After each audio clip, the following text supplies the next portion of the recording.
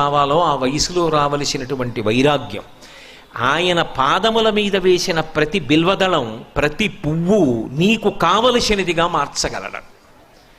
అది ఆయన శక్తి, అది శివ.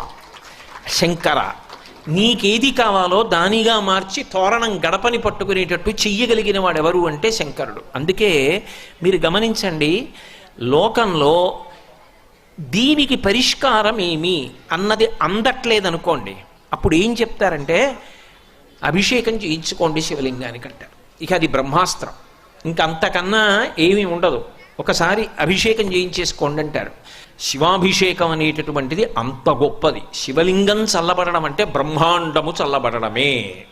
ఈ దేశంలో ఆశీర్వచనం ఏమిటంటే మీ మనసు చల్లగా ఉండాలి, మీరు చల్లగా ఉండాలి, మీ ఇల్లు చల్లగా ఉండాలి, లోకం చల్లగా ఉండాలి.